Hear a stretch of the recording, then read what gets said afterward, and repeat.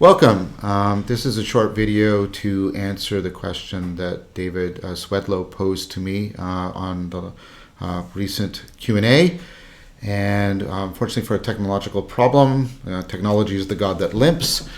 We were suddenly cast out of the technosphere, and I'd like to now take this opportunity to answer David's question. David's question, again, to remind everyone, is participatory knowing seems the hardest lens to pull away and look at rather than through, but this seems essential. Perhaps shamanic practices do this. Thoughts or clarification on this? And I began by saying that I think this is a really important question, and also the connection to shamanism is something that we should talk about. I went into the idea of participatory knowing as this mutual shaping between an organism and its environment. And I used Wittgenstein's famous phrase, enigmatic like many things that Wittgenstein says, even if lions could speak, we wouldn't understand them. And he means, utter syntactically correct sentences, etc. And why is that? Well, here's the idea. Through what's called niche constructions, organisms act in their environment, and that shapes and changes the environment, which then, through natural selection, shapes the organism. They mutually shape each other so that they come to be fitted, so that affordances are generated between the organism and the environment, such that an agent-arena relationship is possible. So because of my evolutionary history, I am shaped with this kind of dexterity, and so this becomes, graspable and manipulatable by me in a way that a dog can't do, for example. So because of that biological niche construction, that biological mutual shaping, lions have a different form of life than us. So that coupling and the set of affordances that it opens up, of course, then skews the salience landscaping of the perspectival knowing, and their situational awareness is in a fundamental sense very different from mine.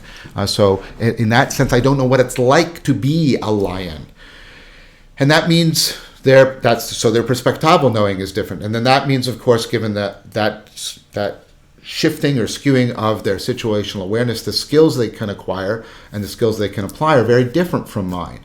So their procedural knowing is different. And then if you then were able to tack propositional, speech on top of that, right?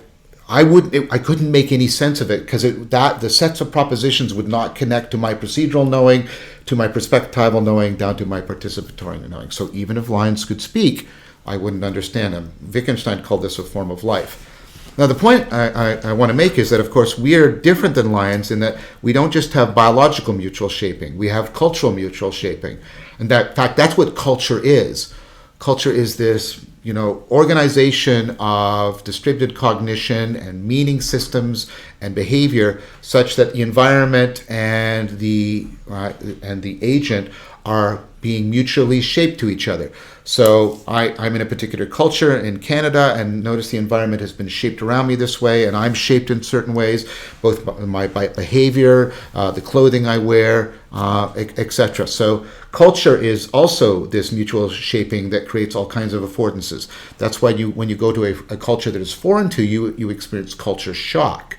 Not because you don't have, sort of biological fittedness to the environment, but because that mutual shaping between you and the environment that is done by culture is not available to you. So you can lack that kind of participatory knowing. And then, of course, on top of that, you have cognitive mutual shaping, in which, your relevance realization machinery below the level of your ego awareness is shaping your processing, and it's aspectualizing the environment so that it fits to you, so things come out to you in the moment cognitively. So, and of course, I'm presenting these analytically, and that's for purposes of understanding. But of course, the biological, the cultural, and the cognitive are all mutually interpenetrating and affording each other. And I'm trying to, when I talk about participatory knowing, I'm talking about invoking all of that.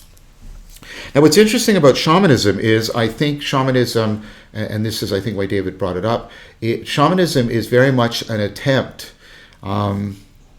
Attempt sounds too weak. It's very much a practice that what it's doing is it's, of course, because of and this goes back to a question I answered in the Q&A about mimesis, because the shaman, for example, is enacting the deer. The shaman is trying to use his or her altered state of consciousness, which has loosened up their salience landscape, so that they can get closer to what it's like to see things the way a deer does, to salience landscape the way a deer does. And then what they're doing is they're actually trying to move their body and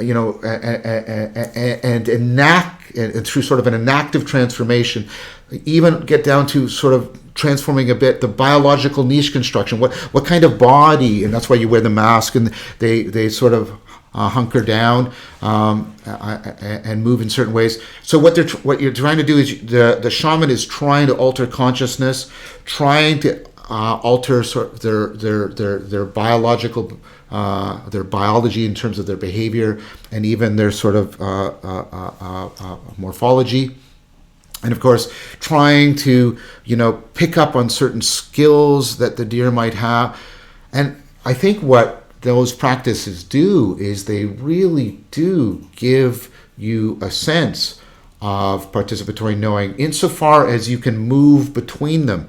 If you'll allow me world to mean agent arena co-configuration, right? As the shaman moves between the human world and the sacred world of the animals, for example, that capacity to move between them is going to bring to awareness, as David said, the normally transparent lens of our participatory knowing.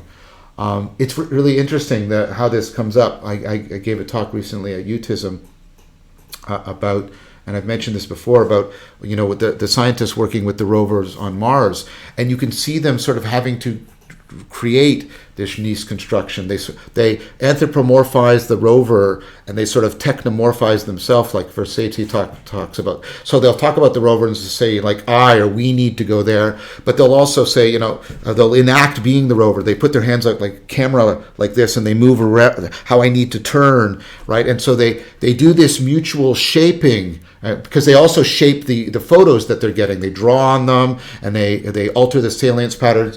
So they shape themselves, and they sort of aspectualize and identify with the rover, and they shape the photos that the rover's sending back, because they're trying to create that participatory knowing, so they get a sense of being on Mars. Because when they can get that sense of being on Mars, then they can do the best field work on Mars. They can train and apply the best set of skills. So you can see rocket scientists behaving in ways that are kind of like the shamans. They'll say things like, I was working in my garden and my right hand got stuck, and when I got to the lab, the rover's right front wheel was stuck, and I don't believe in magic, but there's some kind of connection, and it sounds very much like they're exapting that shamanic machinery within us. I think we do have, Matt Rossano argues for this in Supernatural Selection, that we probably, shamanism has probably been around since the Upper Paleolithic transition, and was a set of psychotechnological practices that exapted our capacity for altering our state of consciousness, our perspectival and our participatory knowing, as I've just described. And that's been around long enough, and there might have even been something like a Baldwin effect, that those individuals would enhance the group that they belong to surviving. Much more likely for those kinds of individuals to be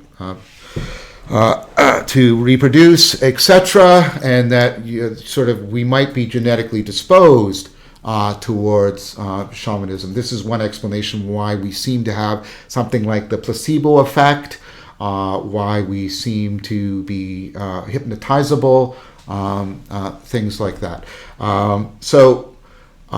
I think what I'm suggesting to you is we have these capacities from our shamanic heritage, if you'll allow me that turn of phrase, that can get exapted even by the scientists who are doing this, having to confront this very new and bizarre way of doing their science. And so that shows me that I think there is something I think David's question is really sort of powerful on how it points to the way shamanism gives us access to becoming aware, more aware of our participatory knowing, and yet nevertheless how you can see it spontaneously come, or something at least that's been exacted in an analogous fashion. You can see it in the work of sort of literal cutting edge literal rocket scientists working with some of our hyper technology on Mars and at NASA. So I think that's a really great question, and I'm glad I got this opportunity to answer it more fully. So thank you, David, very much for it.